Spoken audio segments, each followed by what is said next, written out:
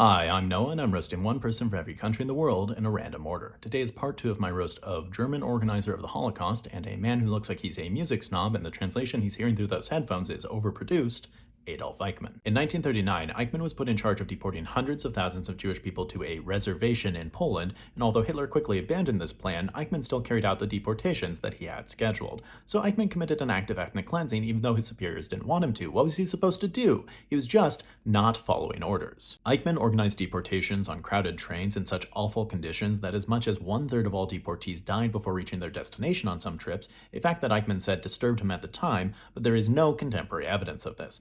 I think it's possible that he really was disturbed. I mean, who wouldn't be upset by the idea of that many lives being put into the hands of a monster like Adolf Eichmann? Eichmann himself didn't set policy, but he oversaw the logistics of the Holocaust, with tasks as mundane as supervising the stenographer at the Wannsee conference where the final solution was planned, and as large scale as organizing transportation to the death camps.